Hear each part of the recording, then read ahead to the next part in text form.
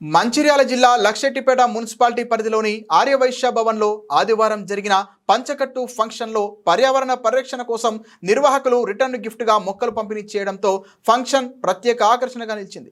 అంతేకాకుండా పర్యావరణ ప్రేమికులు హర్షం వ్యక్తం చేస్తున్నారు. వివరాల్లోకి వెళితే ఆదివారం స్థానిక వైశ్య భవన్లో పట్టణానికి చెందిన వ్యాపారి చిటికేసి జయప్రకాష్ స్నేహాల దంపతులు కుమారులు గణనాథ్ మణినాథ్ల పంచకట్టు ఫంక్షన్ చేశారు.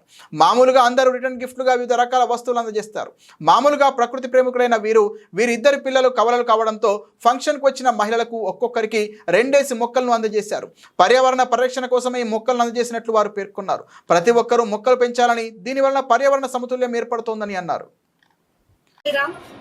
ఈరోజు లక్షెట్టిపేట వైశ్య భవన్లో జయప్రకాష్ స్నేహ వాళ్ళ పిల్లలిద్దరు కమల పిల్లలిద్దరి పంచకట్టు ప్రోగ్రాం జరుగుతుంది. వీళ్ళ ప్రోగ్రాంకి రాగానే ఇక్కడ ఏంటక్క ఈ చెట్లు అనగానే తను ఇవి రిటర్న్ గిఫ్ట్స్ ఇస్తున్నాం రా అండి. నాకు అది చూడంగానే చాలా అతిశయోక్తిగా అనిపించింది. ఎందుకంటే రిటర్న్ గిఫ్ట్స్ ఫంక్షన్స్కి ప్రతి ఒక్కరు ఇస్తారు. అలా ఇవ్వడం అంత డిఫరెంట్ ఏం కాదు. ఇలా మొక్కల్ని ఇవ్వడం, పర్యావరణాన్ని కాపాడడం చాలా సంతోషంగా అనిపించింది వినంగానే. ప్రతి ఒక్కరు వీళ్ళని ఆదర్శంగా తీసుకొని రిటర్న్ గిఫ్ట్స్ అందరికీ యూజ్ అయ్యేలాగా ఇద్దామని అందరూ ఆలోచిస్తున్నారు, కానీ అవి తీసుకెళ్ళి పక్కన పెడుతున్నారు. అలా కాకుండా ఇలా ఇస్తే మనం వెళ్ళి నాటగానే అది పెరిగి పెద్దయిన ప్రతిసారి ఆ మొక్కను చూసిన ప్రతిసారి పిల్లలు గుర్తొస్తారు మనకి. దానివల్ల పర్యావరణంతో పాటు మన పిల్లలకు కూడా ఆశీర్వాదం ఇచ్చినట్టు అనిపిస్తుంది.